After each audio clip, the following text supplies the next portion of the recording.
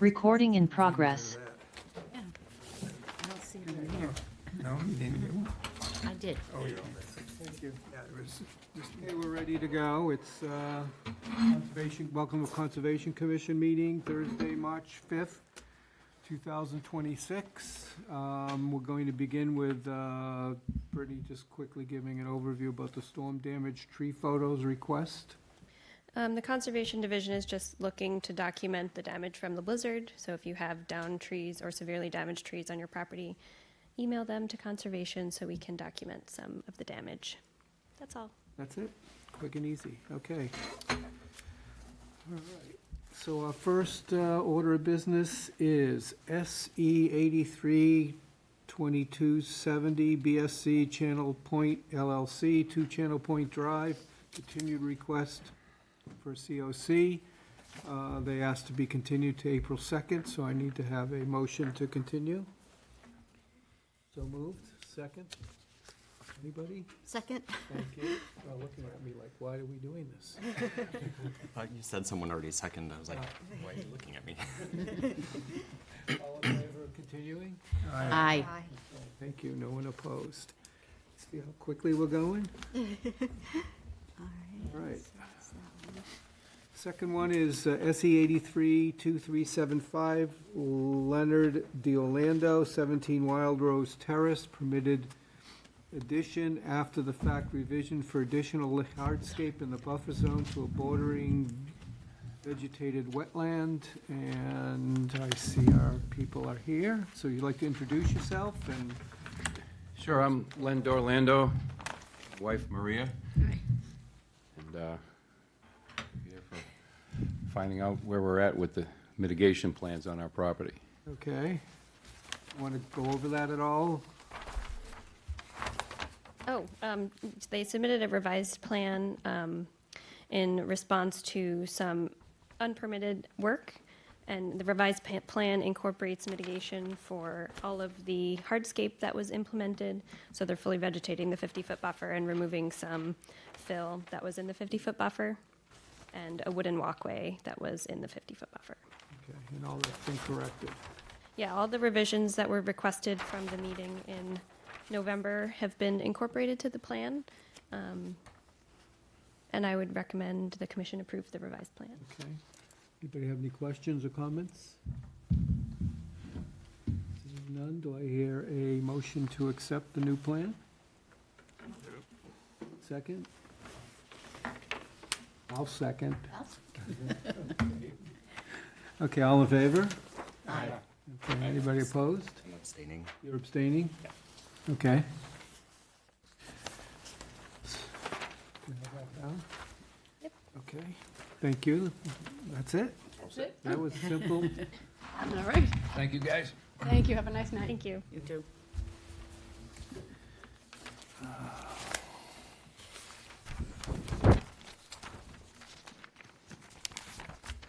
Okay, our next order of business is SE 832510, Down Cape Engineering for Angela Cosenzi, 29 Lewis Bay Boulevard, Unit 6, proposed relocation and elevation of a dwelling with additions and land subject to coastal flooding, the buffer zones to a coastal bank and beach.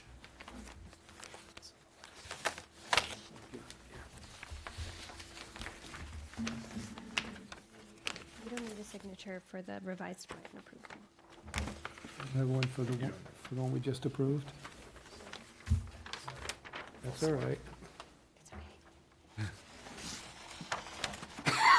We're ready, thank you. Chairman Bernstein, members of the commission, my name is Dan Ojala. I'm a surveyor and civil engineer with Down Cape Engineering in Yarmouthport, and helping out the Cosenzis with a matter. Danny Gonzalez, the engineer from my office, was here last time, and there was just a couple little tweaks to the plan that were requested. You had, this one, you may recall, we're in the process of redoing the seawall out front. And as part of that, there's going to be a 10-foot landscape buffer along the top of the bank.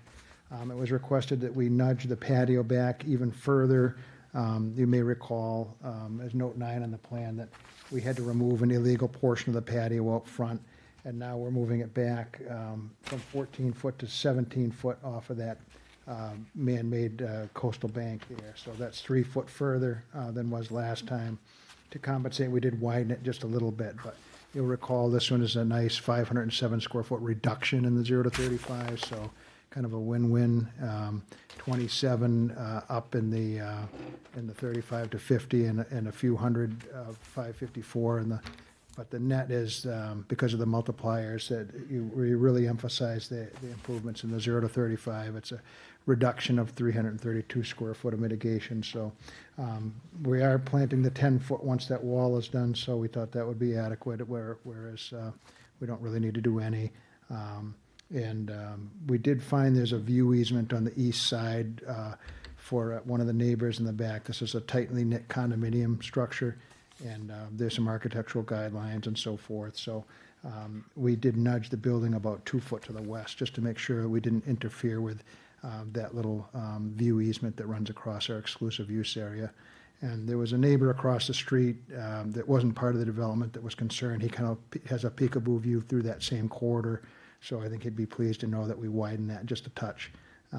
Again, I know you don't look at view, that's not in your jurisdiction, but just as background, in case somebody mentions that, we're fully compliant with all those areas. So hopefully those couple little tweaks will be what you needed. It was February 26th, 26th you should be looking at. That's where the town comments.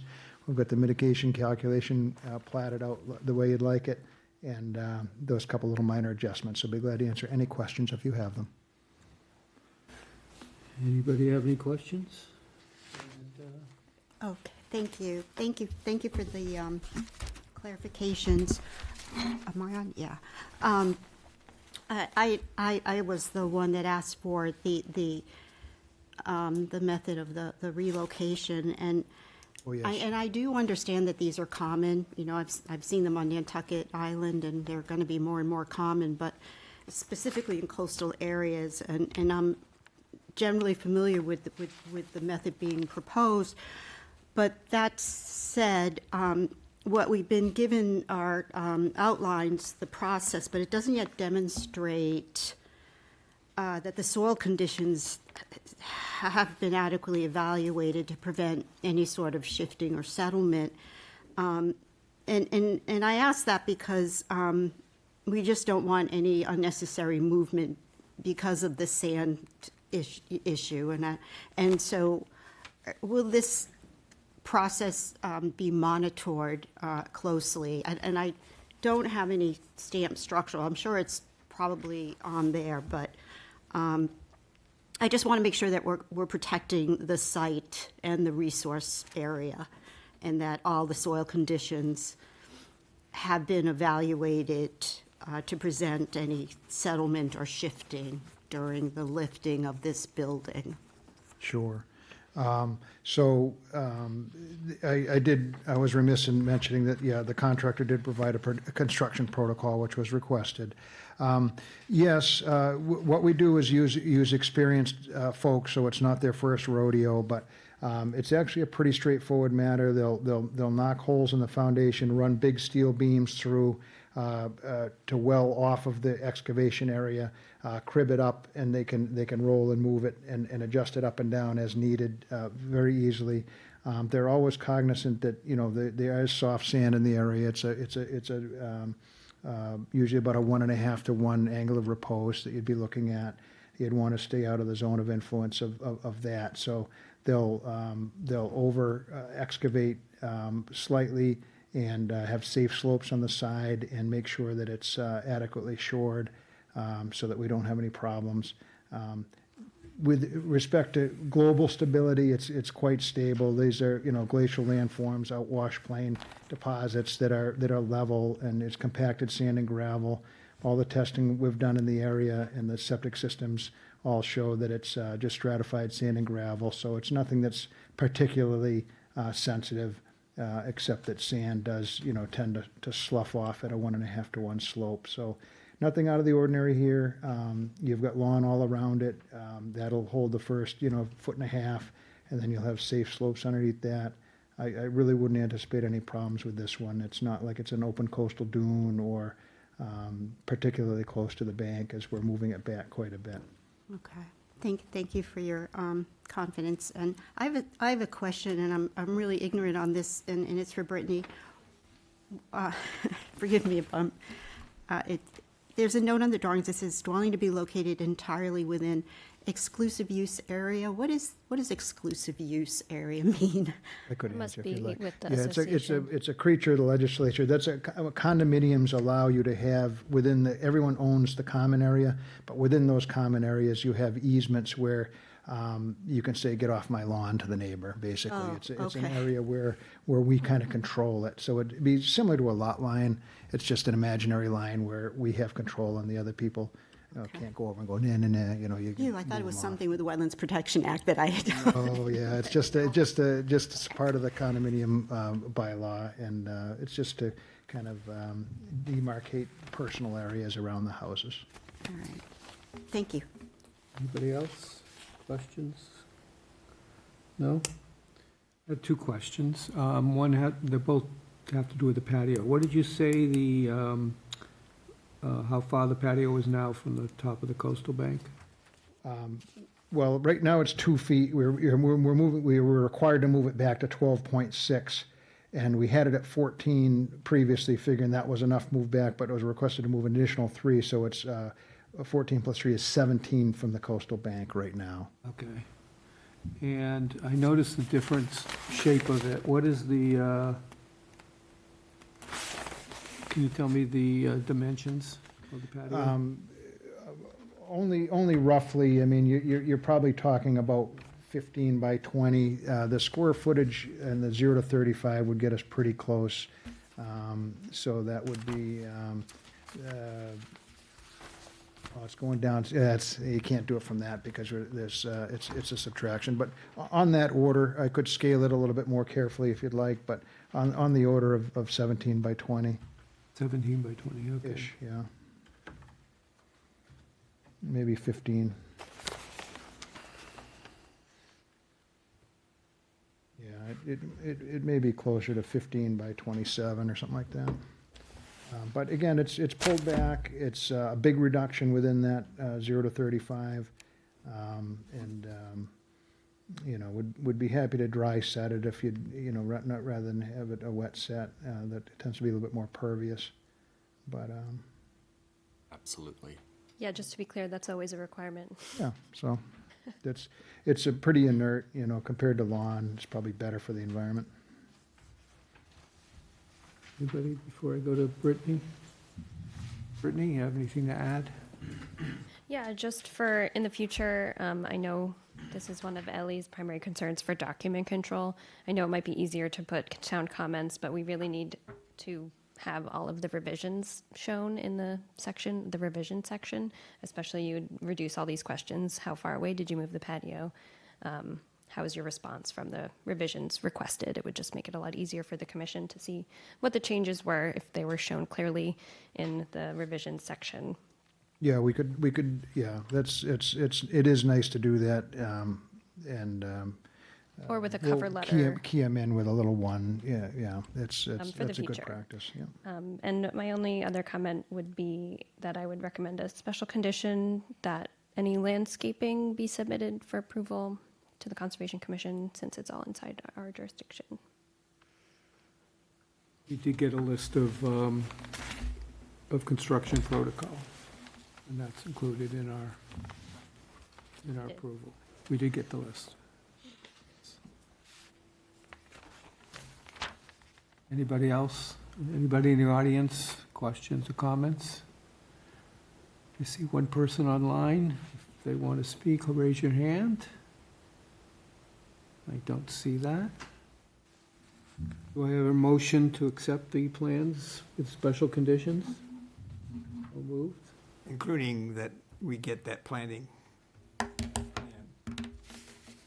Planting plan. Yes. That she approves. Would we anticipate a native palette around Native palette, yeah, so we allow 50? foundation bed plantings to be native cultivars or non-native, non-invasives, but a native palette otherwise. Excellent. Anybody second? I'll second. Thank you. All in favor? Aye. Anybody opposed? Okay, thank you. Appreciate you working with us. Thank you. Okay.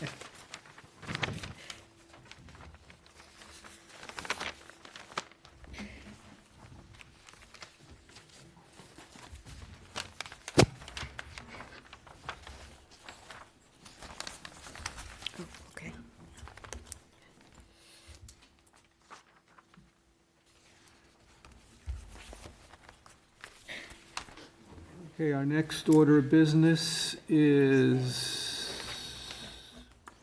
SC 83-2509, J.M. O'Reilly and Associates for Paul and Nancy Cruz, 4 Glenwood Street. Proposed deck expansions, addition, shed, sand nourishment, and invasive species management in the velocity flood zone and buffer zones to, excuse me, to a salt marsh and coastal bank. They asked that we continue this to 3/19/26. So I just need a motion to continue. So moved. A second? Second. Thank you. All in favor? Aye. Anybody opposed? No. All right. Did you already take that out? Yeah. And the next one is SC 83-2514 Crawford Land Management for Scott Peterson, 10 and 20 Susan Road. Proposed bank stabilization using fiber rolls and invasive tree removal and coastal bank, land subject to coastal flooding. This too asked to be continued to 3/19. Okay. Moving right through. Anybody will give me a motion? So moved. Second. Bradford? Yeah. All in favor? Aye. Anybody opposed? Okay. That was 10 and 20, okay. Aha. Wow. This is SE 83-2512, Cape and Island Engineering for Harbor Haven Associates, 26 Grandview Drive. Proposed drainage improvements, beach nourishment, and planted berm on a coastal beach, land subject to coastal flooding and riverfront area. This too asks to be continued to 3/19. Do I hear a motion? So moved. Second? Second, Jack. All in favor? Aye. Thank you. Susan Road done over here.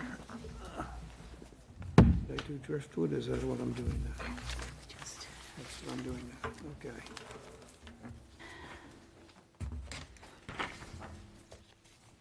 Give me 1 minute to catch up. All right, next is SE 83-2511, Cape and Island Engineering for Richard and Carol Dove. Driftwood Lane, proposed reconstruction of a retaining wall and fill-in coastal bank, riverfront area, and the buffer zones to a salt marsh and coastal bank. You could introduce yourself and let us know what's going on. Sure. Chuck Rowland, Cape and Islands Engineering. I'm here representing the owners of 22 Driftwood, Mr. and Mrs. Dove. You guys have already reviewed this project, and I have submitted a revised plan, and I believe that I've gone over pretty much all of your concerns. I feel like there's an echo. I'm going to turn this one off. Turn it away, maybe. Is that better? Not any better? It's fine with you guys? Don't turn that off. Okay. Okay. So I added some grass seed mix to the disturbed area planting notes, and called for a New England erosion control restoration mix for dry sites by New England wetland plants, or approved alternative, and so I just left that in there in case there was any comments from staff or for any reason people wanted a different plant seed mix. I stayed away from juniper for your comments. Besides that, I pulled the wall back 1.7 feet. I actually rotated it as to have a net zero cut fill. I added the dimensions of the BDH for the existing trees around the wall. As I discussed, I added the notes. I pulled in the work limit on the northeast side along the lawn area. I think there's plenty of room for construction access, but I did pull it in per your comments. I cleaned up some of the notes that you had asked me to remove.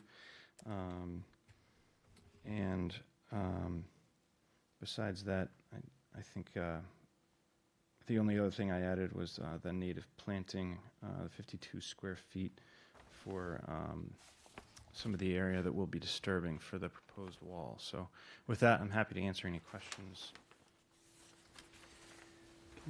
Anybody have any questions or comments? No? Okay.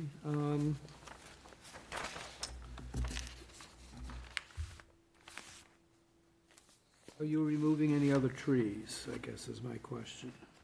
We're not planning on removing any trees. The only tree that is, you can see right there, the only quote-unquote tree we're removing is that stump. So that is, in my opinion, would not consider that a tree. But besides that, we left those notes in there. Trees to be replaced if disturbed during construction. We really don't think at this point they're going to be disturbed. They're plenty far enough away, and I really don't think that the root mass is tied into it, into the existing wall, and I think there's plenty of room to construct the new wall around it. And we're actually in that corner. The wall is pulled back landward of the existing wall, so should be enough room to build this wall in there. Any comments, Brittany? No, I would just recommend a special condition to, you noted that structural drawings may be needed if the wall is over 4 feet, for those to be provided if they do end up being needed. But otherwise, thank you for meeting our revision requests. Thank you. Anybody in the audience have a question or comment? Anybody on Zoom have a question or comment? Oh, I just want, You have a question or comment? well, just to beat a dead horse, when you do revisions and you squiggle like that, could you make a note of a date, a revised date, or, per conservation meeting, da-da-da-da, something? Yes, ma'am. So it's on the right side, the title block.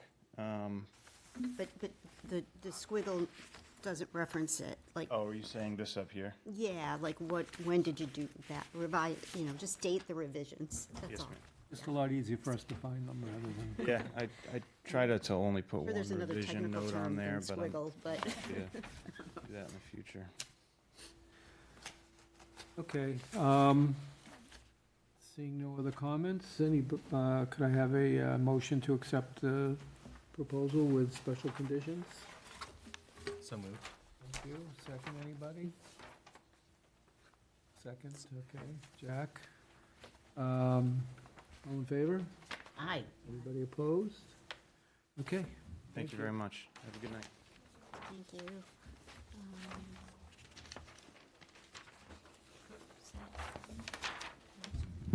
Oh, I think this goes in the file that I was,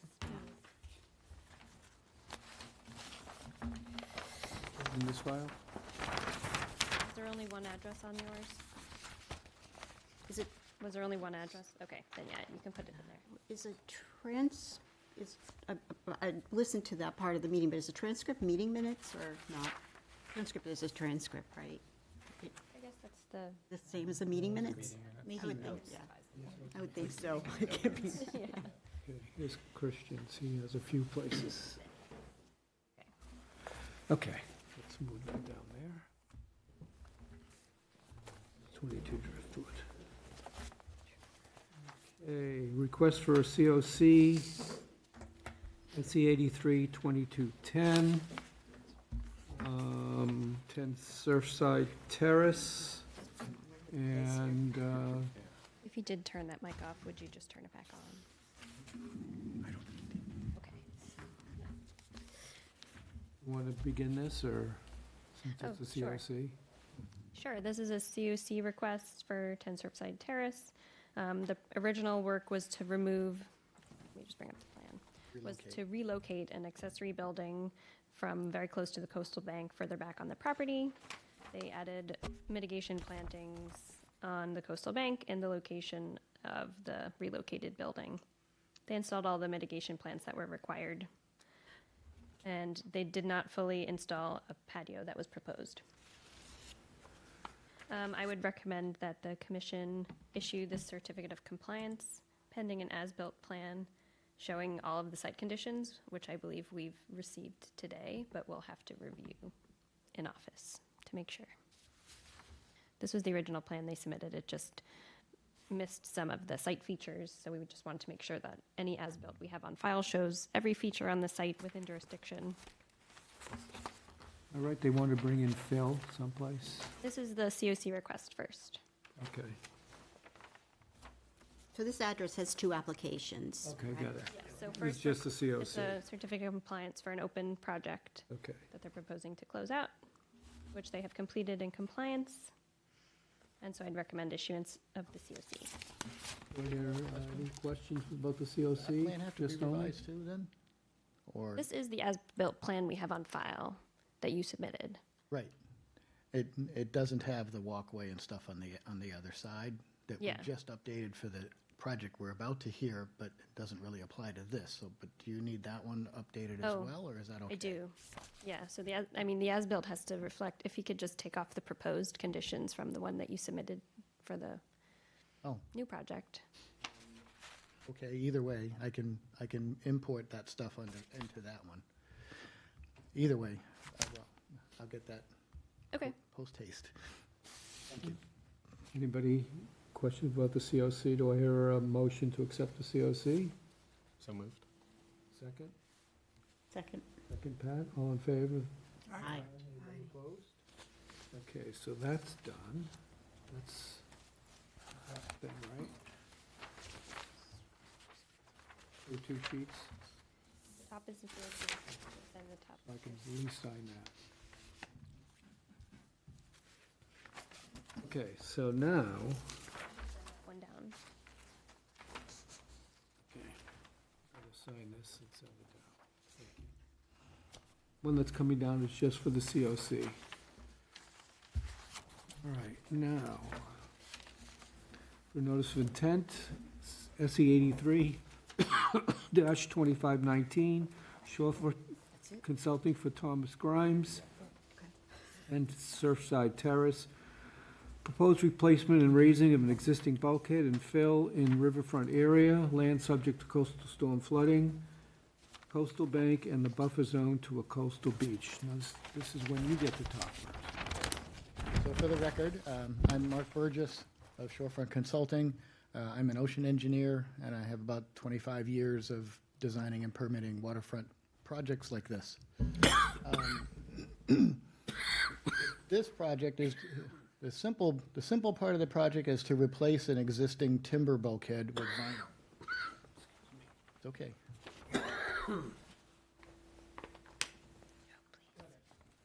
The benefit to that is you're removing any of the pressure-treated wood and replacing it with vinyl. The bulkhead is proposed to go in the exact same location as it is, with the exception of the return to the west or the left side of the print. That return looks like it's slightly over the property line, so that return will be relocated about 1 to 2 feet inward to the right, so that it's entirely on the applicant's property. Bulkhead is proposed to be raised 2 feet, but there's only 6 inches of fill proposed. And the reason for that is that during some of these, what is now minor storm surges, the lawn gets flooded. And eventually that would lead to degradation of the grass and possibly exposed soil and things like that. There will be a vegetated buffer here. There is one now. It's all beach grass. There is a proposal, and we just gave you that plan today, but there was an unstamped version given a week or so ago that has a planting list on it. So basically, what is now a 10-foot wide completely 100% beach grass vegetative buffer in very good condition will be augmented with 3 other varieties of plants. Some of the taller varieties on the edges and some of the shorter varieties in the front. Yeah, so that's a separate, well, it's an updated plan from that. The reason for the fill, like I said, is to try to reduce the amount of times that the area floods. There's no way to prevent it. You know, it will just reduce it in some of these, like I said, what are now seemingly normal storm surges. It used to be higher storm surges, now are more common. The same type of lawn would go back in that area with the exception of the 10-foot vegetative buffer. All the work is done, would be accomplished from the land. You have to back excavate the wall first, about 10 feet, to release the soil pressure on the wall, and then you remove the sheeting in sections and replace the vinyl sheeting in the same section. In theory, they only remove as much as that can be replaced in a single day. I'd still recommend a silk curtain around the project area, and you know, all the demolition gets removed from the site. But this should be able to be done entirely from the upland. There is there are 2 trees on the far left. I don't think they need to be disturbed, but if they are, they would replace them in kind, or at least 2 to 1 with a smaller tree. But I think at this time, I think there's room to put the bulkhead in there because you're just pushing the sheeting down in that case. They could push that sheeting down behind the new wall and then take out the old one, so they don't have to excavate back there. What else? There's in the order that just got closed out as part of the boathouse relocation, there was a proposed kitchen addition. I think it was 5 by 8. It was a bathroom. A bathroom, sorry, a bathroom addition, and it's 5 by 8. That work did not get done from that order, and we just wanted to carry it forward so that if they have the opportunity to do that work, they could do it as part of this order. And that is way up, very close to the flood elevation. And other than that, the plan was updated to include all of the resource areas and setbacks. That is about it.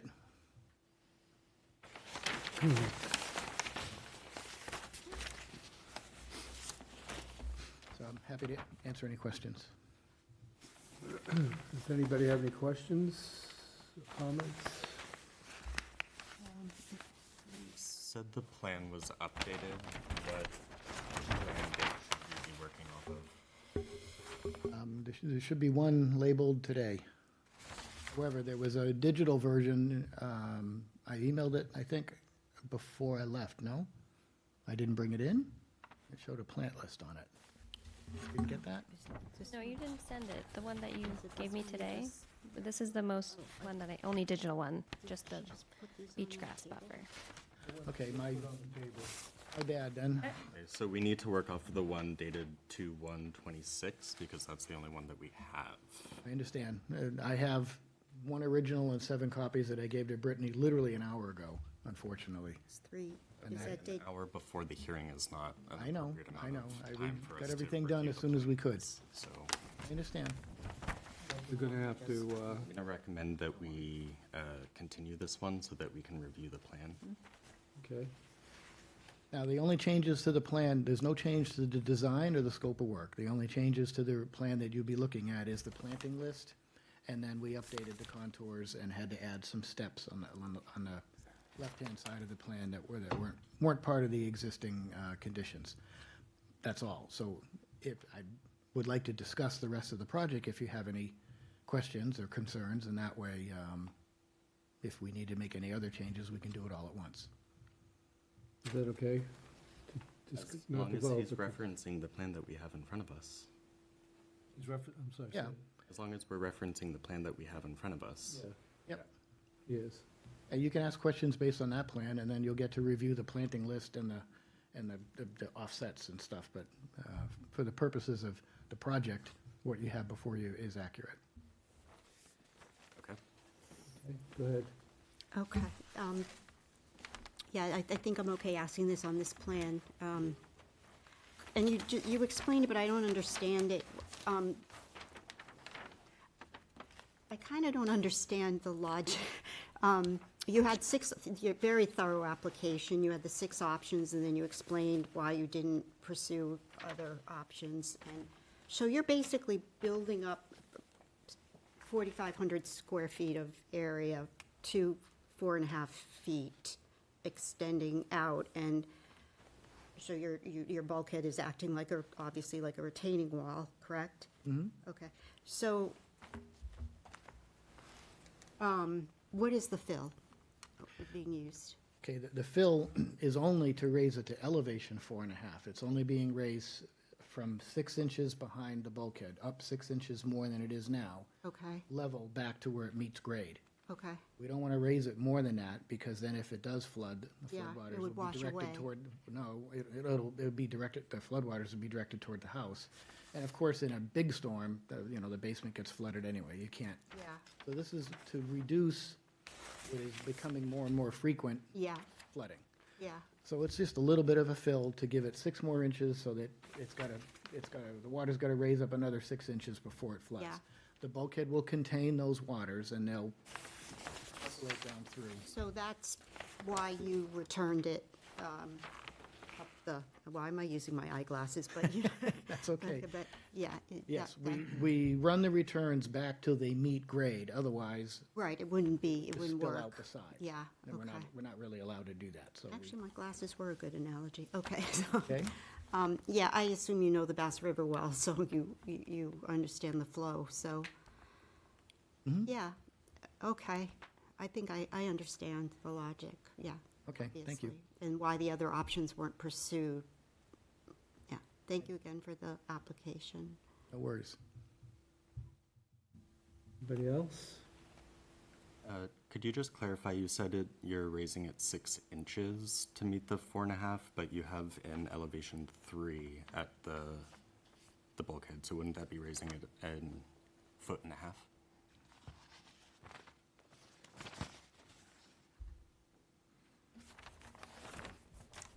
Okay, this section here, No, I'm talking about The site plan. site plan.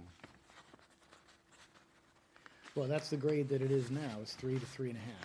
And we're coming up to, And you're raising it to elevation 4.5, so you're raising it from 3 to 4.5, so it's a 1.5 feet of elevation raise.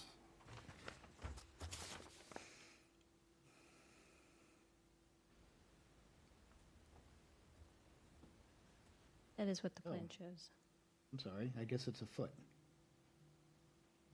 My bad. It says raised up 2 feet with 1 foot grade change. Oh, sorry about that. It's a foot at the wall and then level back till it meets elevation 4.5. 1.5 feet. Sorry? 1.5 feet from 3 feet to 4.5. I see what you're saying. Yeah, the 3 contour goes up against part of the wall. That's what the surveyor provides me. So does that impact the volume of fill that you've estimated? Do you need to recalculate that? I can check it. It's an estimate from AutoCAD anyway, but I can check it. What is the current estimate? Current estimate, I think, is 78 yards. Excuse me. In the past, we have, So, number 4. Yeah. What I do is I draw a triangle I don't think we need your times CAD. the length to get a volume, at any rate. Good catch. Yep. I can check that if you like. Yes. Any other concerns? well, in the past, we've kind of gone against fill of any sort on the riverfront. We've denied it on other projects. That's true. What is it again? I think we talked about how it would be done, but not what it was too, right? Are you just proposing standard fill, sand? What type is the fill proposed? It would be suitable to at least plant some kind of grass there. So it wouldn't be sand, it would be, I don't know if you want to do it all in loam, that's a lot of loam, but. Yeah, I mean, you only need, out of 12 inches, you only need 2 to 3 inches of loam to be able to seed it. So it could be mostly sand with a top coat of loam.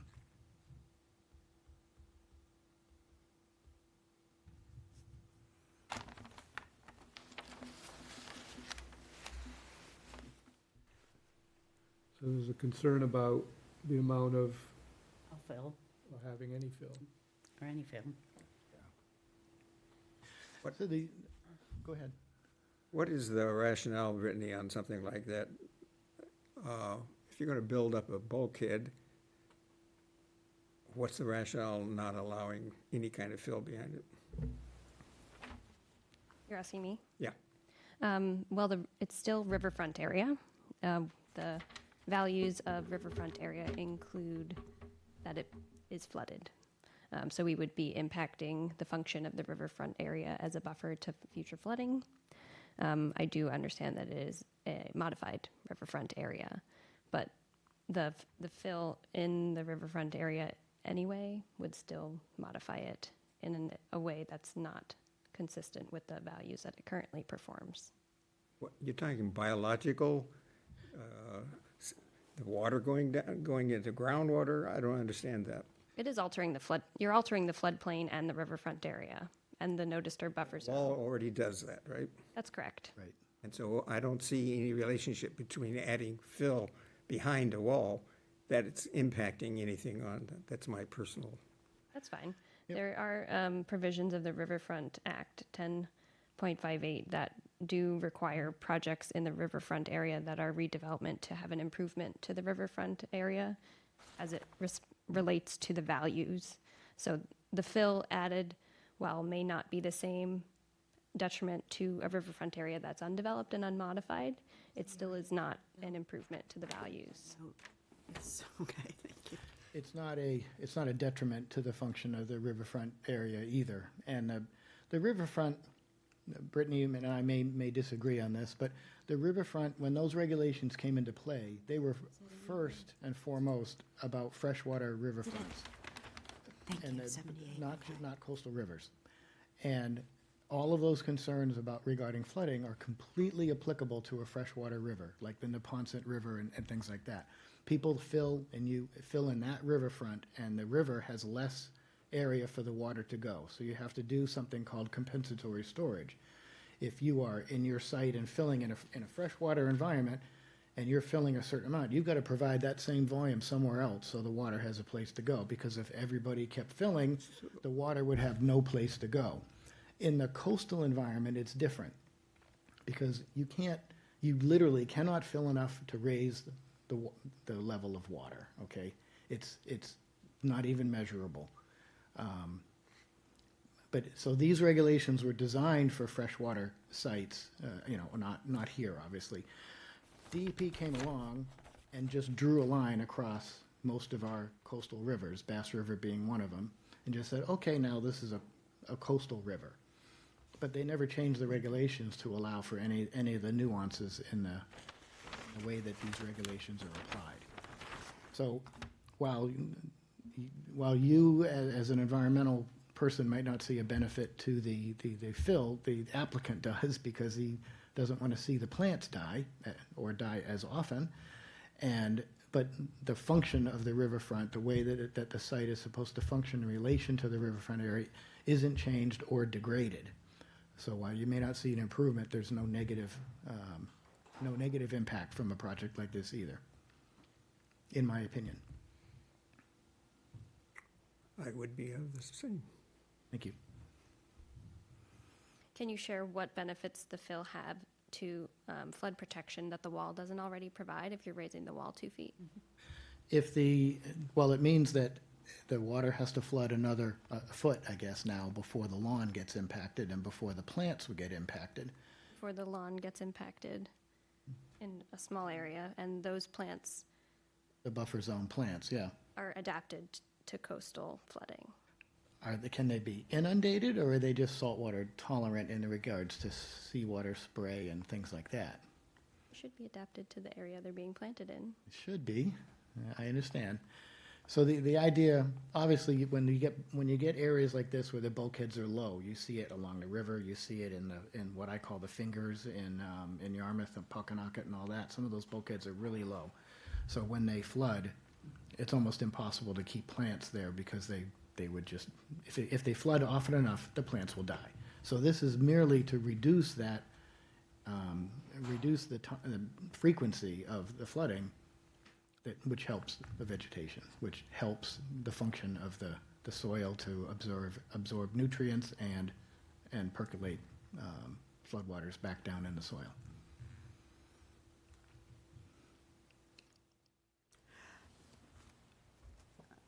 Yeah, thanks. And I want to thank my colleague for bringing out the error there. And the question I have is relative to that is the bulkhead at 5'4"? I'm trying to reconcile your notes with the drawings. So you're raising the bulkhead 2 feet to elevation 5 foot and putting in 1 foot of fill,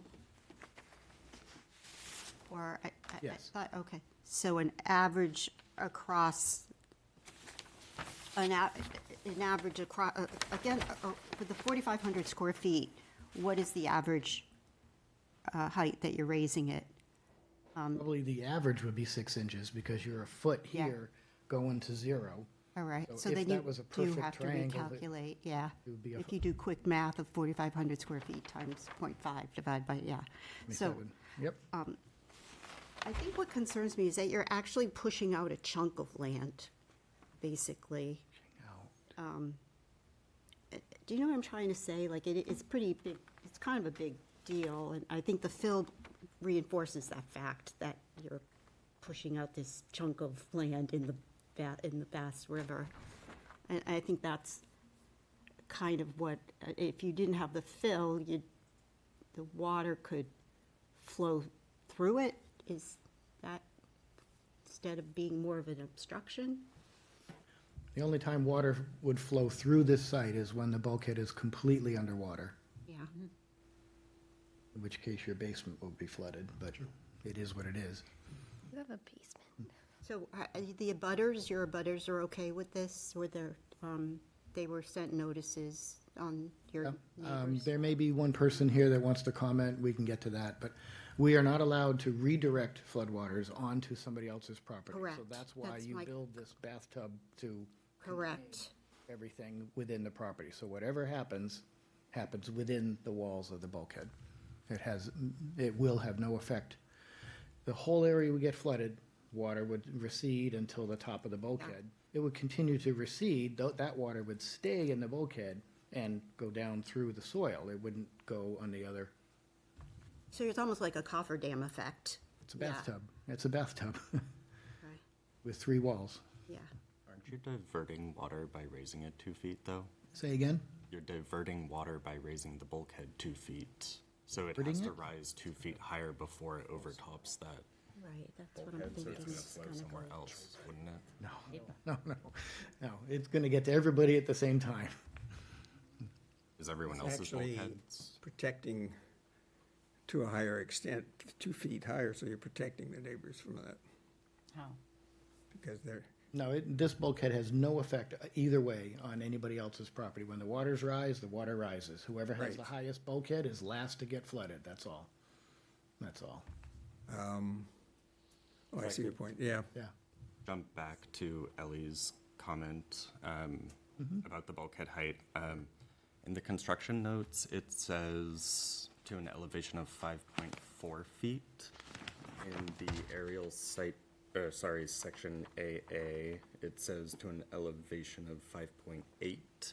And to the elevation detail, it says to 5.9. So there's some inconsistencies with the plan that should be fixed. Okay, I agree. And I do my own drafting, so that is my mistake.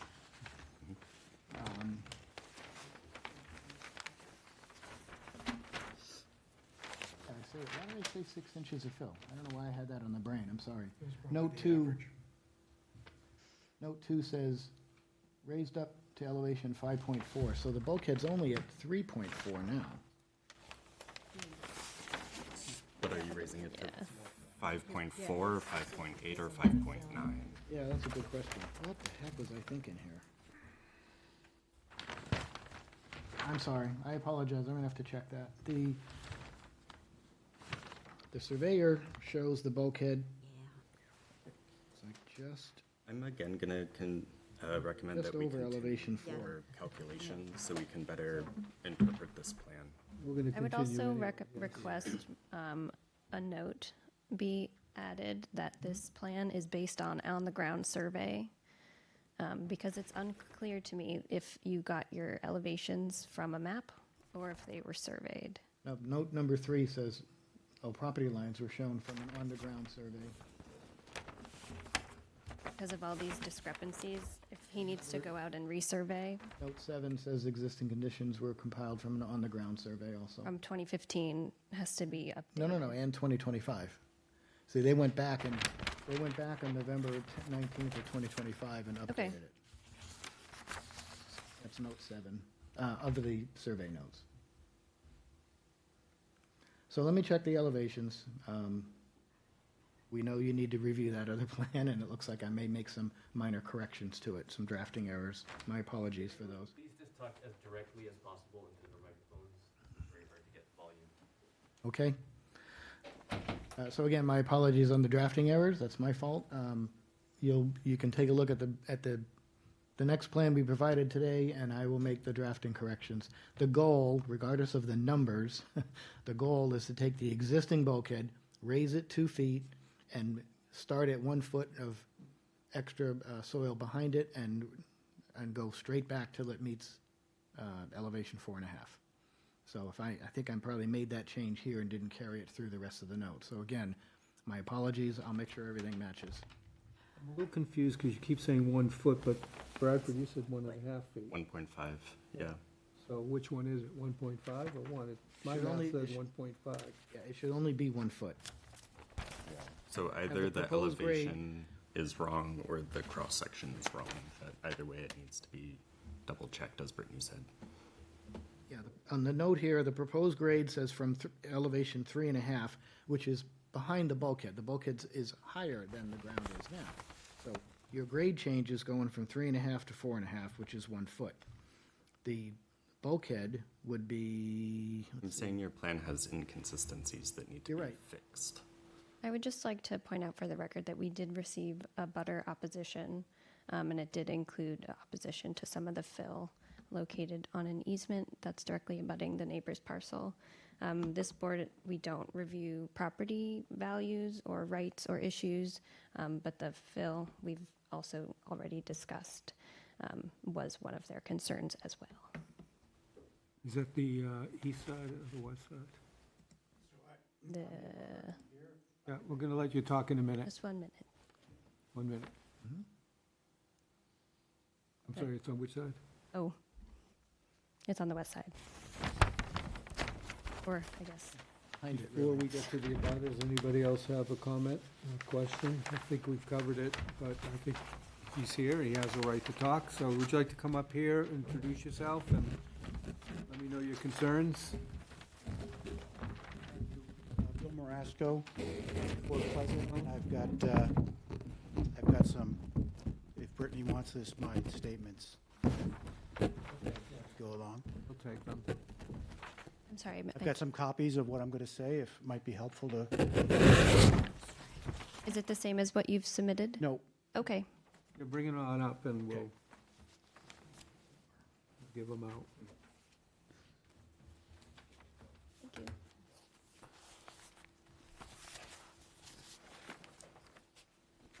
So I am supportive of the repair of the bulkhead as it has existed for the last 70 years. I am opposed to the expansion of the height of the bulkhead, adding fill, changing the grade, all of which are prohibited by the wetland in the V-zone. The bylaw specifically states the following additional performance standards shall apply. and Brittany referenced this. No new construction or expansion of any structures that redirects or channelizes floods, including retaining walls, bulkheads, fences, and seawalls shall be permitted. The increased height of the retaining wall would cause redirections and changes in velocity of the floods. So maybe they're not going to get the water, but it's going to go somewhere else, and it's going to go to where I am, which would directly impact my parcel, an adjacent public beach, and park. The town has specific interests in the park and private road, as they were created, ultimately become a public road and a public beach, much like Homer Avenue is, and the other parcels along Bass River right near Ship Shops. There's another road that ends in a public beach. There is no immediacy to the project. You've already seen that the existing structures were moved because they were in danger, and you gave a certificate of compliance this evening for that. That work was completed. There are no structures in danger. There is also no economic hardship created by leaving the seawall bulkhead as it is. On the contrary, it is less costly to maintain it than increase its height. The applicant raises the specter of loss of his lawn and uses this as an excuse to raise the retaining wall and grade. There is currently no lawn damage.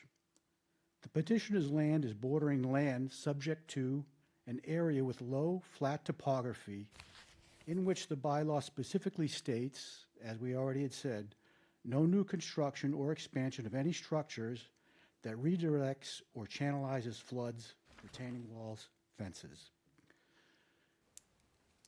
The request for increased height is one of pure aesthetics. The concern by the petitioner at some unknown time in the future, his lawn may change to his disliking,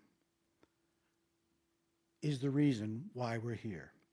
But luckily, the petitioner's dilemma is solved by the bylaw, which requires a Cape Cod lawn in that zone when any lawn is reconstructed. And Brittany mentioned that tonight. And the petitioner said, well, the flooding, the plants can't survive there. Yes, some plants can't, but if we do the indigenous ones with a Cape Cod lawn, the flooding has been going on long before we've been on the river, and it will happen long after. But as we all know, there are many plants and indigenous things in the river that thrive. A Cape Cod lawn is not irrigated, fertilized, or otherwise treated with diverse species, but otherwise has diverse species including native sedges, mosses, grasses, and other low-growing plants that are well adapted to the flooding conditions. The petitioner states that if the flooding occurs, then the area will become devoid of vegetation due to the current lawn not being able to survive the conditions. The current lawn is not a Cape Cod lawn. However, if a Cape Cod lawn were reconstructed as required, then flooding does occur. Not only will the lawn survive, it will thrive. There are many low-lying riverfront topography lots with bulkheads. If now the board uses the criteria of personal aesthetics of changing natural heights, natural topography, then the waterfront will become peppered with artificially mounded, walled-off properties, destroying the natural contours and flow of the river, which is exactly what this bylaw was intended. And I disagree. This bylaw was intended for all wetlands. If you're trying to parse it and say fresh and salt water, I think is being disingenuous. I know there have been other changes in the wetlands in this area, which have included reconstructing of lawns, grading and filling, addition of permanent fences, and reduction of permeable surfaces, which I feel already violate the bylaw. In conclusion, I support rebuilding of the current bulkhead with maintenance of the current grade, without the addition of fill or any structures that impedes water flow or wildlife, and I would like a reconstructed Cape Cod lawn, so one that can thrive in the flooding conditions. I would also ask that pre- and post-plot plans with elevations of bulkhead and grading be required. we've already seen this evening how deceptive or how difficult it is to know the exact ratings if there's expected to be any changes. We are just brief stewards of these wetlands, and it is our duty to preserve them for the common good and to prevent them from being disturbed just to suit the personal aesthetics of the current occupants. I've attached the references I have to the bylaw and underline the quotes that I have in my thing. And I just want to make a couple of comments concerning what the petitioner had said. There is a detriment to what happens to the flood water. And Brittany said this, if you wall off a certain section, you're going to increase velocities before and decrease velocities after. He already said you're not going to prevent flooding. That fill ultimately is going to end up somewhere else. And it's fill, it's not sand. And again, these properties have been here a while. This bulkhead has existed for 70 years. We've already seen tremendous change in this property because of dangers of flooding. Now we're seeing dangers to the lawn as conditions for raising bulkheads. That's all I have. Thank you. Thank you. Can I respond to just his regulatory comment? Yeah. Thanks for your comments and for reading the bylaw. I just want to point out that resource areas on site do not include a velocity zone. There's land subject to coastal storm flowage, but it's an A zone. So that's okay. I just wanted to clarify. Thank you. Can I respond to one thing as well? Sure. I realize that the abutter may not understand coastal processes and hydrodynamics and things like that, but we've already established raising this wall does not redirect floodwaters. So in regards to the performance standards of the riverfront area or other bylaws, okay, when you raise a bulkhead, you're not redirecting the floodwaters. They're going to come no matter what. I'm not really sure what he means by redirecting, like from where to where, okay? The wall is up. The flood's going to come up, and whatever property is the lowest gets flooded first along the river. There's some properties way up by the Bass River Bridge that are low. They're going to get flooded. Neighboring lawns, they'll get flooded first. When the water reaches the top of the bulkhead, then this floods. The water doesn't go anywhere else. It's not directed like I don't know. I don't even know what to say to that. It's not redirected. Okay, any of the floodwaters are contained on the property once the flood receives below the top of the bulkhead, just like anybody else. Wouldn't the fill be somewhere where the water could go, though, if this wasn't done? But again, so the difference between a freshwater flood area and a saltwater flood area is that there's no compensatory flood storage. Those calculations don't apply to a saltwater riverfront area. And I'm not disrespecting the regulations at all. I'm just saying that when they change them to include saltwater rivers, if you will, they did not look at the impact of the true saltwater flood zone. I mean, look what they've done in other areas where there's been lots of fill and all that. Okay, none of that is ever going to change the elevation of the ocean to any measurable amount. And yeah, the bulkhead might have been there for 70 years. Times are changing. Sea level is rising. That's a whole nother discussion, but sea level is rising and flooding is more frequent. That is a guaranteed fact that we have all observed in our lifetimes. So property is going to have to be adjusted to help meet that challenge. And But when you're looking at a river or ocean, the movement of water, the bulk of the water, if you will, the amount of water may not change, but the flow of water is impacted by a bulkhead wall. So, how is that, please? I'm not well, challenging. if you I'm measure, you seeking want to to- measure the amount of water coming straight on, for instance, it's going to hit that wall and it's going to disperse Or rebound. or on the neighboring property, it's going to go up on the ground, wetland, whatever it is, sand. And so you're going to get the movement of water. There's going to be movement. It may not be a lot, and we don't know how much that is. And you certainly haven't addressed it.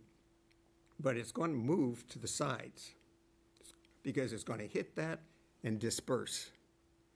So there's going to be angles that, you know, if you had a ship there, it would show, you would realize that that's going to, you know, like a ship going through water, it gets dispersed to either side.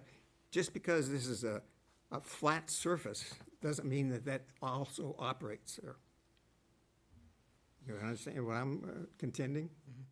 I think I understand what you're saying. I don't necessarily agree because the water is level. And the bulkhead doesn't change how But we're talking fast- about flowing water, whether from a storm or the river. Tidal river. Yeah, well, okay, so the tidal current goes up against these bulkheads and everybody else's bulkhead and everything along shoreline every day. Right. If the bulkhead is raised, then that tidal current against the bulkhead before it gets to flood the land. But you're talking static, I'm talking flowing. No, even the tidal current, when the bulkhead's up 2 feet higher, now 2 more feet of tidal current. Well, we're talking The storms. tide's not up there. We're not It's a talking. storm, sorry. We're not talking about, You're right. So it's not, in that respect, I mean, it's it may either, not be much and hard to measure, but it is there. in a flooding circumstance, it's either waves from wind, from fetch on the river, things like that. There won't be a current per se because you're in a flooding situation. Unless it's flooding at a super, super, super high tide. I don't know. I mean, all I'm saying is the bulkhead isn't gonna have any negative impact on anybody else's property next door to it. Except during storms. Yeah, It's not gonna We're really- go to, Storm Yeah. flowage. Ellie, you want to ask or make a Yeah, I statement? know we're belaboring this, but I'm spending more time looking at these drawings. Let me ask you a question, and please don't be insulted by it. No. Are you raising this land, specifically if I look at this section, there are existing stairs to go to the pier. So if you elevate this, there will be no need for those stairs. And I'm looking specifically at the section A-A. So are you doing this so that you're level, so that for convenience, so that you can walk right out to the pier? Or is Well- that just one of the benefits of, one of the, No, well, there's 2 ways to do it. You can raise the bulkhead and then notch out where the pier is now. We don't want to do that because that just leaves an opening for water to come in and eliminates the benefit of raising the bulkhead. What you would have to do is put a step to go up and over the bulkhead, and the bulkhead looks like it's about 1 step back down onto the dock. so there's no, looking at, there's no need for these stairs anymore with the. Are you looking at the, Those stairs go to yeah, the those beach. are Where are public they? access stairs for chapter 91. So show me a But better picture what you're of that. saying is you would need a step. Right. Okay, you just show the step. On, There's no step shown now. all the way to the ground. You can draw a step in there, but yeah, you'll need 1 step up and then step on the bulkhead and then step down on the dock. Okay, yeah, So definitely add How that. did you get up to the pier before? There's a little brick walkway. We didn't do a site There's visit. there's one picture in there there's one picture in the filing that I think shows it. Yeah, But there's right now the dock is on top of the bulkhead. There's a little brick walkway, yeah, right, the middle picture in the bottom there. Right, Okay, the brick walkways, and then you step up to the bulkhead and then step up onto the dock. So when you raise the bulkhead, you'll have to step up onto the bulkhead and then step down onto the dock. yeah. okay, please also show the brick walkway. Everything should be shown. Yeah. Thought that was there. I'm gonna just make a comment while we're talking about the wall. Bulkheads are replaced and elevated frequently. I'm not saying I'm not supportive or in support of the project, but I am in opposition to the fill. It's not only in the riverfront area, land subject to coastal storm flowage, it's also in the no disturb buffer zone. So that's my opposition Okay. to just the fill. Which isn't indicated on the documents, that no, is it? It says 35-foot offset. Yeah. So that's the 35 no disturb. Yep. But that is just my opposition to the fill. Bulkheads are replaced and elevated frequently in response to sea level rise. We've done it in the past without fill. Without fill, yeah. Saying I think you need to come back with a plan. I would not vote for this plan with the fill, to be upfront with you, rather than waste your time. And I think I'm only speaking for myself, so Well, I think, you're 5-1 vote, but so I think we'd all prefer to go to the option, there's 6 options, and one of them is in-kind replacement. yeah. I think Mr. Marasco, I hope I pronounced you right, has some excellent points in his write-up, and I think you might want to take some of those into consideration. I'm not convinced that the water does not get redirected. I'm not an expert by any means, but I would need an expert to convince me of it, but I'm not convinced. And I think Christian's helped me. May I say a few words, please? I'm the homeowner, Tom Grimes. I appreciate your time. There's been a lot of issues brought up today, but I just wanted to give you a very quick summary. I've owned the property for 14 years. That bulkhead has been, the current bulkhead, as it was built, was, I believe, 1985. When it was built, my assumption, and it's only an assumption, it was built high enough so the water didn't frequently go over. I've owned the property, like I said, for 14 years. It wasn't until 2021, 2022, I started seeing more frequent spillage. And so I am looking at, as a homeowner, doing 2 things. One, the bulkhead is old, needs to be repaired. I could replace a board at a time. That doesn't seem to make a lot of sense. It doesn't seem to be very effective. I'm not sure environmentally that makes a lot of sense. And it was to convert that to a new vinyl bulkhead that seems to be friendlier. If I was going to take the time and the expense to do that and dig up the yard, I thought it made sense, and I still do, to raise it because water has risen. It's not cosmetic. It's not getting away from steps. It's not trying to do anything other than we've seen the water come up a little bit more frequently. Can't stop a hurricane. I just wanted to make sure those intermittent storms, or even when there's wind, it's wind-driven, that's been just as frequent, and having an extra foot, 1.5 feet, 2 feet would be some protection. That is really what it is. There's been some situations here, it's cosmetic. I'm looking for a lawn or a soccer field or something of that nature. That's not the case. And this can quickly get off tangent. It's simply, we've noticed a raise in the water. I have to repair the bulkhead at some point. If I'm going to do it, I want to take it a little bit of advantage and make it a little safer. That's simply what it is.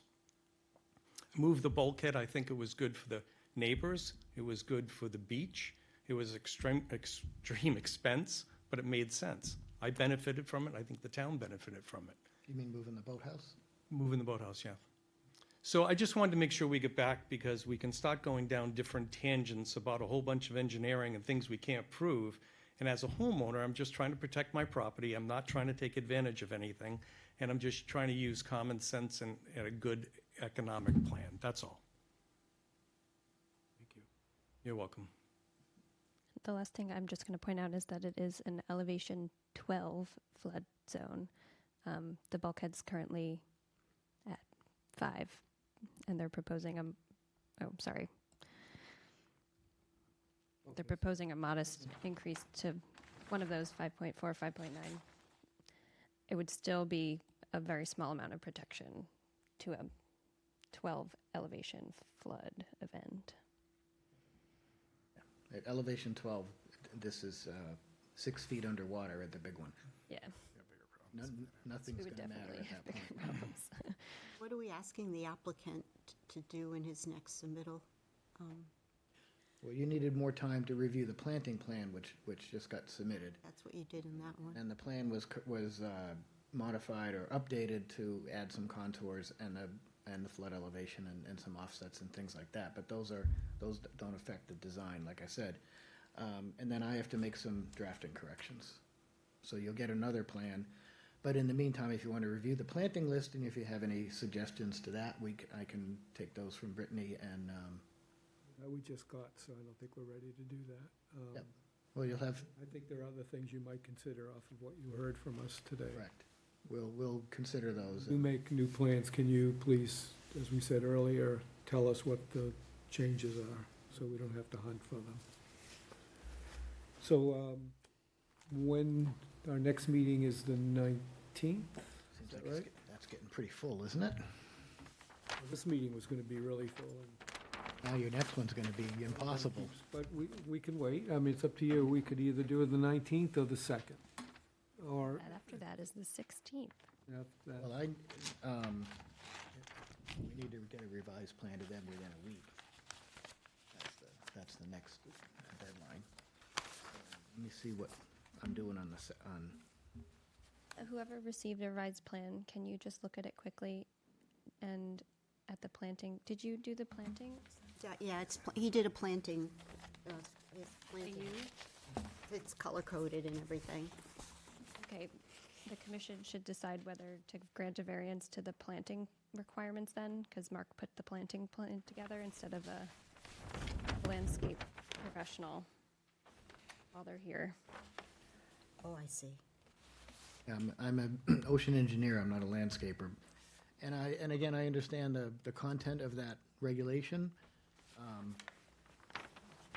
For me, in my opinion, this isn't a landscape design like you'd have with a full-blown site development with maybe retaining walls and different planting beds and things like that. It's simply a vegetative buffer with a plant list and the location of the plants. It's pretty simple. I don't think my opinion, I don't think a landscape architect is needed to develop a plan like that, but I respectfully defer back to the board. Sheep's laurel salt tolerant. say that again? Sheep's laurel is not a salt tolerant plant. So I would at least recommend replacing that one with something more salt tolerant. That is also what the gist of the request is. What'd you say? Is that our board shouldn't have to Yeah, so I'm in favor of, I guess, not granting a variance for that Okay. requirement. I think we should, at least for the commission, to give some guidance for them, for more than one person to respond. Please. Would you say the options for a meeting are March 19th, which I'll be here for that. I'll be here then, and no matter what. April 2nd, April 16th. 16th. April 2nd? Are you available on the 2nd? Okay. Why don't we do that, because then we don't have to rush. Did I take it? It might be. Oh, Right? I'm not sure, though. But by our regulations, he should be having a professional. yeah. That's the old. Yeah, in black and white, yes. But you can grant a variance if you'd like. So the question before us is, by our regulations, we require a professional to do the planting plan, but we can give a variance to allow Mark to do the plan, even, and make some comments. You've already made your comment on the plants that he has planned there.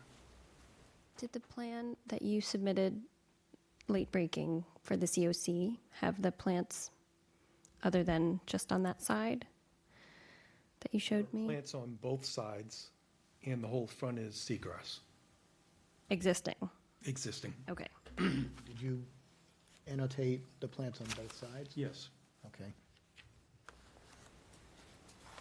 Cheap So there are plants already planted there, is that what you're telling me?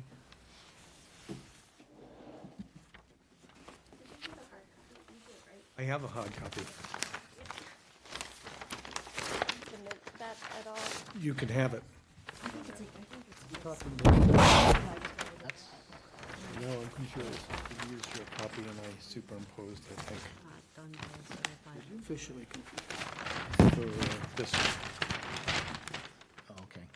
And that was everything, wow, okay. Yep. I didn't- And then I sent you a PDF. Okay, I just didn't see it. And there's no sheep laurel out there, right? There's no sheep laurel.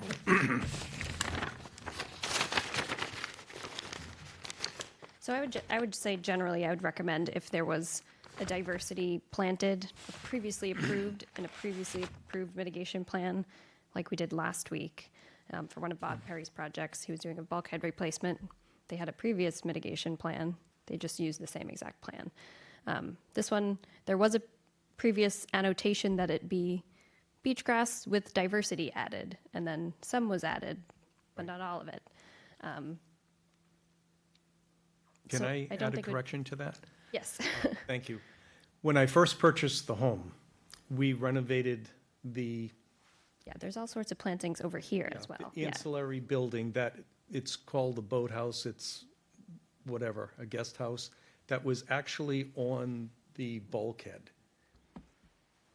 On the very first request, when we were asking for repairs for the roof, the windows, and things of that nature, there was an order of conditions. The beach grass was never part of that. It was the whole riverfront.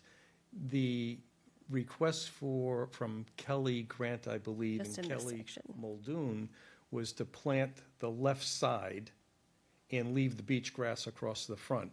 When we moved the boathouse, they said, what are you gonna put in place of where the boathouse was?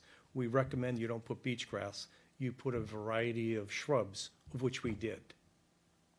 So we did everything exactly. Now that we're gonna do a new bulkhead, I guess the question is, do we put back the beach grass that's currently there and that's always been there, or do we put in a variety of plants? That was a different question that was posed to us. So it wasn't that we didn't do what Kelly asked. She asked us to replace the area that the boathouse was being moved with a variety of plants, which has been done.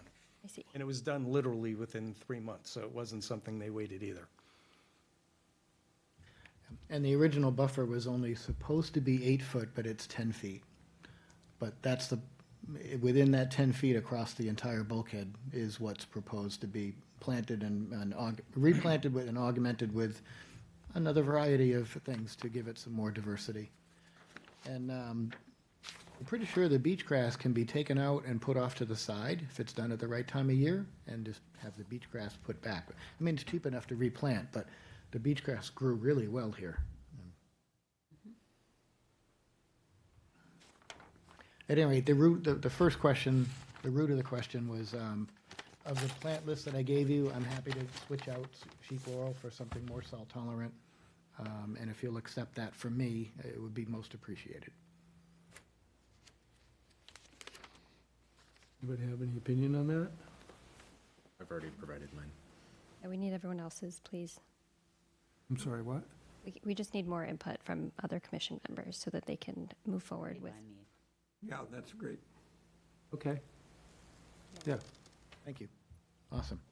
Are we waiving the requirement for the license? That's the question afoot. Yeah, we're not talking, okay. That's what we I would thought like to we were talking about provide. planting. You all just agreed to waive the No, requirement of a No, I didn't, professional. no, not yet.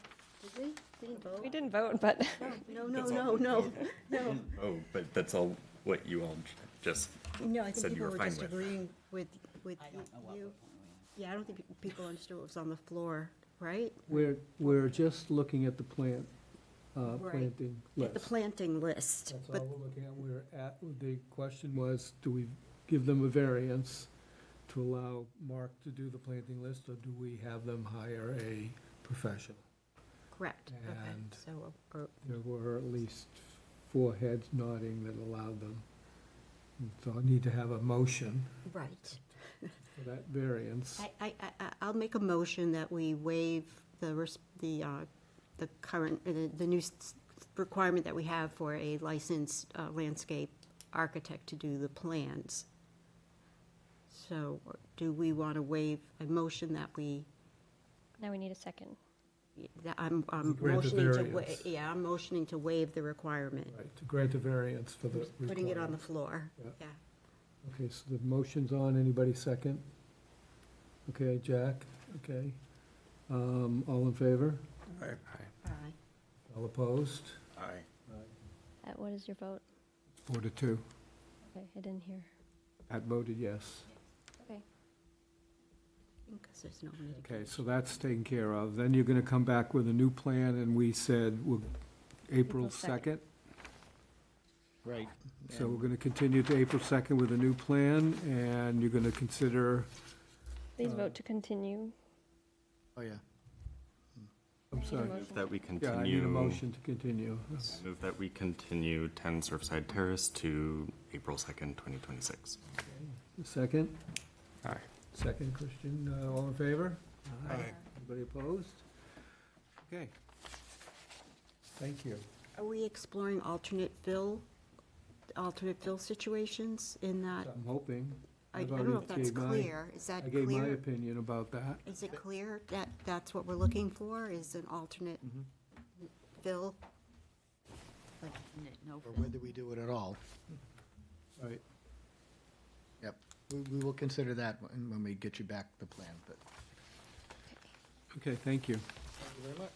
Thank you very much. Sorry, it wasn't supposed to be that complicated. It's just, Okay.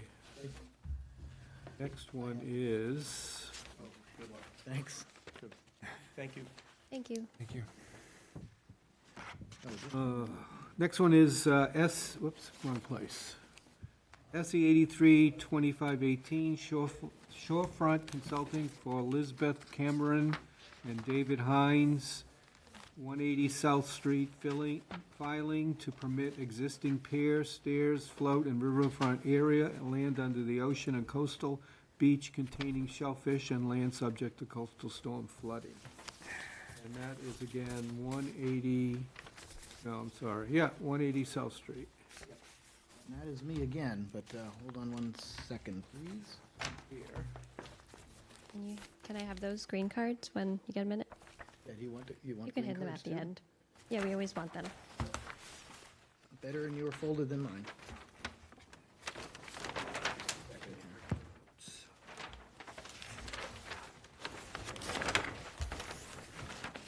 You can give them to me after.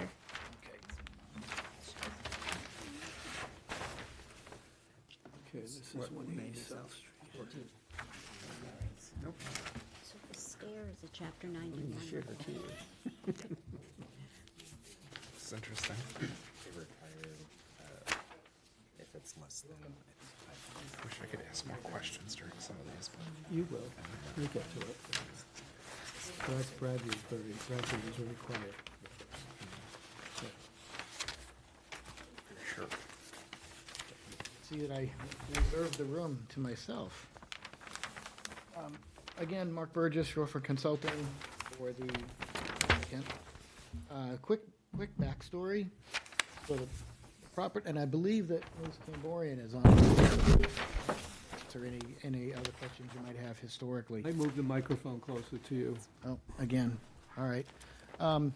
So yes, Mark Burgess again. So a little backstory on how we're at this point. Liz Camborian, who I believe is online, can answer any historic questions you have. Her family's had the property for well over 60 years. So Liz Camborian is the applicant, but the property owner is David Hines. And it was just part of the agreement of the selling of the house that the dock get permitted. So that's why you see both names on the application. So David Hines is the actual property owner, but it's being, the notice of intent is applied. The applicant is the previous owner, Elizabeth Camborian. All right, so there is no work proposed for this project. It's simply the permitting of an existing dock. A brief summary of the permitting is in the narrative. So the dock has been in existence well over 60 years. It was originally licensed in 1964, and there's a copy of that license in the packet. There was a second license issued in 2002, and that was an interim approval permit. And the license was issued, and that license accurately reflects the current configuration. Unfortunately, we cannot find a recorded copy of that license. Now, the 1964 license is a little bit different configuration. The dock was extended sometime between sometime between 95 and 2024, at least what I can ascertain from Google Earth. I'm sorry, could you say that again? All right, so there was an original configuration that's been around since before 1964. Okay. And that was licensed. That license doesn't have an expiration date, so that portion of the dock is fully licensed. Sometime later, I'll just say sometime later, the dock was modified and extended slightly, and that modification, or that configuration received a Chapter 91 license in 2002. That was an interim approval license. We can't find that it was ever recorded, so that license is not valid. What was I going to say? So the license that was issued accurately reflects the current configuration. The plan, of course, accurately reflects the current configuration, and those two match. Somehow, through all of these years, a conservation permit either never was applied for or we can't find it. We don't know. Applied for. What? Never was applied for. It was I'm guessing. applied for to the Board of Selectmen in 2002, for whatever reason. I don't know why, but that's what it says in the interim license. Yes, so the interim approval licenses and any Chapter 91 license is required to do a Chapter 91 public notice. In the public notice, yes, the Board of Selectmen are notified, but also Conservation and the Planning Board, and I think one other, the Harbor Master maybe. That's mandated as part of it. So somebody may have known something about it. For whatever reason, nothing ever got done. So the only reason we're here before you is to permit a very old dock. So you aren't making any changes? No, there is no work proposed. And we didn't have to go to Waterways because there's no work proposed. I will say the dock, so if you look at the dimensions and everything, so the dock has the right separation to neighboring docks as it exists. There's plenty of water depth there. And the dock doesn't extend into the water any further than, perhaps less than, but doesn't extend any further into the waterway than any of the other docks in the area, and of course, it's been there for a very long time. So, and it's kind of pre-existing non-conforming, if you will. Nothing's being altered, so you're not increasing or decreasing anything. No changes, nothing. It's just to get a permit from which I'll get another Chapter 91 license. The new Chapter 91 license will only be for the outer section, since the previous section is good forever. That has no expiration date. The older licenses never had an expiration date. The new license will be good for 30 years. So this is merely a permitting exercise. No work is being performed. Can you clarify the permitted distance? So from the 64, which is what we're looking at. The one in 1964 was 96 feet, and the one in 2002 was 48 feet longer. Ah, that's a lot. Okay. Yeah, so, thank you. Which longer? I'm sorry. 48 feet. What's strange is that if you look at the distance beyond mean high water for both, it's hard to correlate that. I think mean high water was located in a much different location in 64 than it was now.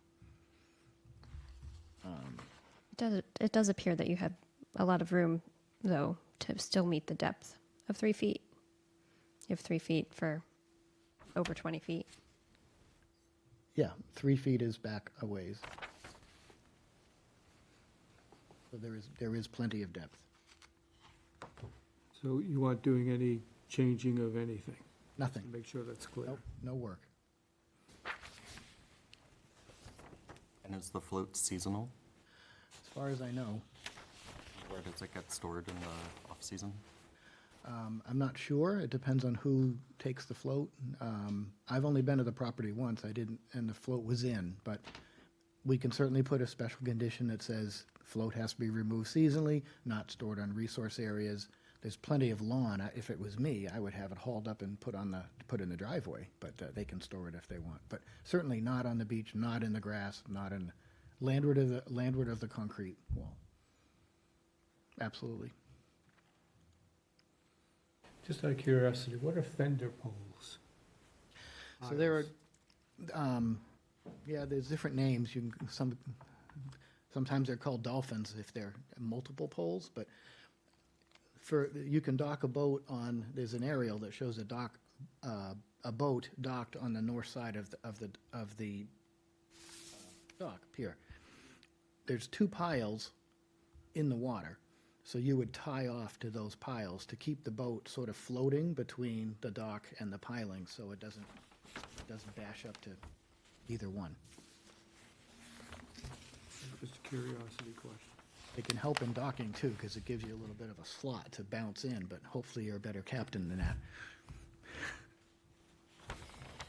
But those are, looks like a neighbor's property, yeah, in front of it. Well, they may be in front of it, but it wouldn't be, they don't own out. You own in mean high water usually. So They okay with it? nobody's here. Nobody's here. So sorry. Anybody have any questions, comments? Just have a typo under riverfront area, thunder instead of under. Thunder. What did I do this time? It's just page 3 or 4 under river, it's no big deal. Page 3 or 4, riverfront area, you said no work is proposed, thunder this filing instead of under this filing. And then we would also be granting a variance for the 8-foot section of decking. Yeah, so there's two variances. The 8-foot wide section of decking and the length of the pier is greater than you would generally allow now under our current regulations. Well, I'm glad you read them. Thank you. Do you know off the top of your head, the distance from these to the channel and to the neighbor? They should just be noted on the plan if they are. I think it's noted, but I think it's in a color that makes it impossible to read. Yeah, it's on the colored section. It's 127.6 to the one to the south and 80.4 to the one to the north. Yeah. Okay, Be nicer to use a different color next time. so the distance should also be from the fender pile though, so if it's part of your Oh, yeah. your system, and then we also need the distance to channel, but I think the channel's pretty far away, right, since that mooring field is. Yeah, so the channel must be beyond that. Because you have the mooring field there. I don't know I don't know. They got the moorings that were in the area. I'd have to zoom out to see if it's a field. I mean, I travel that part of the river all the time. You can always get through it, but I can't say whether it's a mooring field. So you don't have a date for certain when the 8-foot wide section was put in? It was in 2002 in that. Was, okay. In the interim. But when the dock was modified? When the dock was modified, How do you? plan of reference for the interim license shows the extended dock compared to the 1964 license plan of record. Right. I don't know when that work was done, but it was accounted for in that license. Correct. It did not receive an order. The interim license is when the dock was expanded in 2002. Wait a minute, say that again, please? The dock was expanded from the 1964 footprint to what it exists today in 2002 with the interim Chapter 91 license. It was said in the license that it was notified to the Board of Selectmen for the town, but it never received an order of conditions that we're aware of. Correct. That's when the change occurred. Well, that was when it was permitted. I know we're splitting hairs, but that's when somebody applied for a license, but we don't know when the actual work was done that modified it, that's all. We're splitting hairs, but. Okay. But that's when somebody noticed it and decided to do something about it, I guess. Yeah. Maybe we can So find out. regarding document control, like, so under existing permits, is that first license the original length? Isn't that null and void now? No, because Isn't that it- structure, that portion of the, Structure, okay, so the 2002 was the extension only? it's the extension only. Okay. And well, depending on how things get licensed. So there are times, I've done this for Can't be so that long, simple. there's all different kinds. But I'll sometimes, get caught up on chapter 91. Let's stick with wetlands That's protection. fine, I just, yeah. sometimes the new license incorporates everything, and other times they say this license remains, and this new license is only for the new stuff. DEP decides what they want to do. But the interim license was never valid because it wasn't recorded. Never was recorded for some reason. And the select board was the ones who were approved it? They didn't necessarily approve it. They were They notified. received a notification. Right. And that seems to happen a lot. I know way more docks that are licensed and not permitted than the other way around, at least in my experience. And the licensing process, just for, it goes back to the late 1800s. Well, that's the oldest license I've ever found, was around 1884.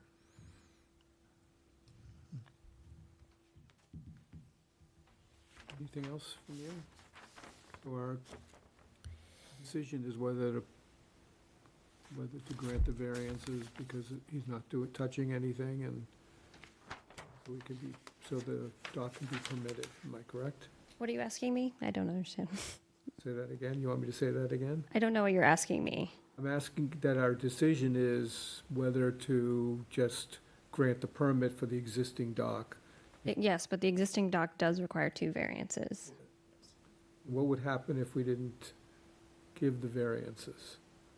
They would have to return They would have to what? with a permit, a modified permit application. Or you can lead them in that direction if you feel like you are going to vote that way. Request a revised plan. Just to that point for variances, we have granted variances for docks in the past, just a few months ago. So it is, besides just the length and that extra wide section, it does meet the depth requirements. If they're asking for it today as a new dock, I would say you've got to move it back. But the fact it's sitting there existing. And has been for It 20 has something been for years. Yes. time. I have no problem, again, permitting it. I do want to make the point that if they come back again and make changes, then they're going to have to go through the new regulations. Yes. Yep. I think that's fair. So can I hear a motion to, wait a minute, I'm sorry. Go ahead, Jack. I make the motion. Oh, wait a minute, I have somebody up there. I forgot to ask on the Zoom. Does anybody on Zoom have anything to say? Raise your hand. Okay, so I guess I don't see that now. You can make the Make motion, the motion for, 2. with the 2 variances. okay? I'll second. All right, all in favor? Aye. Anybody opposed? Okay, thank you. Awesome. You're the ones- Very much. Aye. Next step is Chapter 91. So if in the future, somebody wants to modify this, change a float, there's a small float, somebody wants a bigger float, Got to come back. well, obviously, but and does that change anything else? It's up to the commission at the time. Please record the order of conditions. Please record the order of conditions. Definitely. The dock has probably been there since before I was born, and I'm 66. Yes, I'll take care of everything else from here. Some of those Trust me. existing would require, a lot of You'll those be existing would retired. require Okay. variances. I'm trying to go part-time in 6 months. Oh, I see. I'll have to borrow your Right. pen. The way I Buried can do mine that is to somewhere. stop taking work. Well, it happened a lot sooner than I thought. The next 2 items on our agenda are going to be, all Thank you, everyone. Thank you. right? Yes. Going to be continued, so I'm going to read them together, because it's relatively the same wording. First one's SE 83-2522, and the second one's SE 83-2523, Cape Cod Engineering for RJ Resorts, Blue Water Resort, boy, owner LLC, 1 South Shore Drive, 291, 301, and 327 South Shore Drive. Proposed beach management, including raking and nourishment on a coastal beach and land subject to coastal storm flooding. Do I hear, when are they asking to? Just the next meeting, 3/19. 19, so do I hear a motion to continue? So move. Second, anybody? Second. Second, okay, so we have Christian first, and all in favor? Aye. Anybody opposed? No. Okay, thank you, that was quick. Next order of business, the approval of meeting minutes from 2/19. Anybody besides me read them? You did, and do I hear a motion to accept? Does anybody have any corrections? No. Okay, motion to accept, Christian, second? I'll second. All in favor? Aye. Okay. Opposed? No. All right, the next thing is I'm just going to quickly, because things haven't really changed, but it's been a long time since I mentioned anything about wastewater. And we had a meeting Monday. I got nice color pictures and everything people can look at. But basically, things are moving along. Obviously, the storm put everything back a week or so. Not that they can't catch up. There are 7 contracts. Let me just go find my little list here. Contract 1, which is the recovery plant, the wastewater. The construction started, and the end date is, they hope, by January 2028. Contract 2, which is a collection east of Parkers River on Route 28, Long Pond to North Main Street. They hope to finish by March of this month. Contract 3, which is collection east of Parkers River. They don't know when it's going to be done, but it's being worked upon. Contract 4 is completed. That's the one in North Main Street. Contract 5, which is the one from Parkers River west to Higgins Crowell, has been worked on, is being worked on. Those of you who live where I live know you're always being sent to other places. They hope to finish that by June of '27. Contract 6, I think, has been sent out to bid, and they're just waiting to accept the bid, and I believe the bid was Robert B. Auer won the bid, and I believe, Jack, you can correct me if I'm wrong, but I believe the new bid came in less than the previous bid. That was what was being held up with the pump station controversy, and they found a new pump station place. So that's going to start not till the fall of '26 and hopefully be done by the fall of '28. And hopefully things will be online along those contracts sometime in '28 after the plant is finished. Rest of the town is up in the air right now. So that's a quick overview. I have a quick comment too about our proposed regulation updates, considering just adding a late-breaking edit to modify slightly our shellfish survey protocol. Our protocol right now is 3 by 3, spaced every 20 feet, and I think that's too far apart to accurately measure the shellfish populations. So just alternating to a % minimum of a coverage area and allowing the shellfish professional to determine the spacing and quadrats so that we're getting a better idea of the populations. Good catch. That's all. Does anybody else have anything they have? Yes? Yeah, I sent this to Brittany today. There was I don't know how many of you get the Cape Cod Times? No? Show of hands. But today there was a great article on 3 examples of areas on the Cape and how they are addressing erosion. And it, it was P-Town, Sandwich, and I forgot the third already. But it was a great article in the sense that it talked about, like, sort of what we talked about today is the flow of where the sediment is going. There were some good images. I don't know if that's something, Brittany, you can send to my colleagues, maybe? I was paywalled, so I couldn't read it. Oh, you have to pay to use, I hate that. I have a paywall, I would love too. to read it. I hate that. So I should probably, $1 a month. I should probably sign up. Guys, sign up. $1 a month. Yeah. I could try to print it out and bring it to the next meeting, maybe. I can probably capture it and I'll send. Did you see That it? sounds great. Sorry, I read it. Yeah, wasn't that a good article, Yeah, it though? was great. Yeah. Quoted an article about the park, and I haven't been able to see it, It wasn't paywalled from that one. What? For some reason, I was able to read that Yeah, one. see, that, couldn't find it, and Only get like I so. only had one line in there anyway, it wasn't very I important, met so. my limit. Did you read about how they punctured the, in, where was that, Nantucket? Nantucket. Oh, my Were gosh. they puncture? The, what's the technical term for the geotube No textile bags? that they fill with slurry, whatever? Oh. They punctured it. So it was like vandalism. Oh, yes, I did read about that. Terrible. They had this very Get a expensive life. erosion control project, and people vandalized it, and so it's failed. A terrorist or something. But they said it was vandalism. but- Yeah, intentional destruction. I know it is, Very it's sad. very, because those are Be pretty serious, expensive. serious erosion on that part of Nantucket. I know there's a lot of erosion along the park, the seashore. It's, walked it the other day with the archaeologist, and he got to show me lots of things that appeared, but there used to be Hopefully a, It in Chatham North Beach. there used to be a French cable house that, before Marconi, that had a cable that went across the ocean.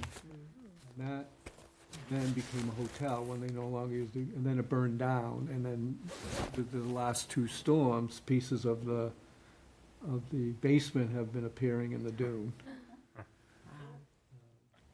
But there hasn't been any ordinances lately up at Wellfleet, which was Wellfleet Camp, and they used to have ordinances up there, which is why putting in a new staircase has all sorts of problems, a more permanent staircase, because this digging down there might find something not safe, so. Next time you go down the stairs at Wellfleet, Marconi, think about that. They as have you- to evaluate them. I think I read that after the storm, they have to check them, Check what? the stairs. Oh, yeah, they check them all the time, Yeah. yeah. Do we have any other business No. to discuss? We can go. Do I hear a motion to, I think Bradford would like to go home. Do I hear a motion to adjourn? moved. So moved. Second? Thank you, Ellie. All in favor? Aye. Okay, we are done at 6:53. I'm sorry, Bradford. Keep talking about erosion.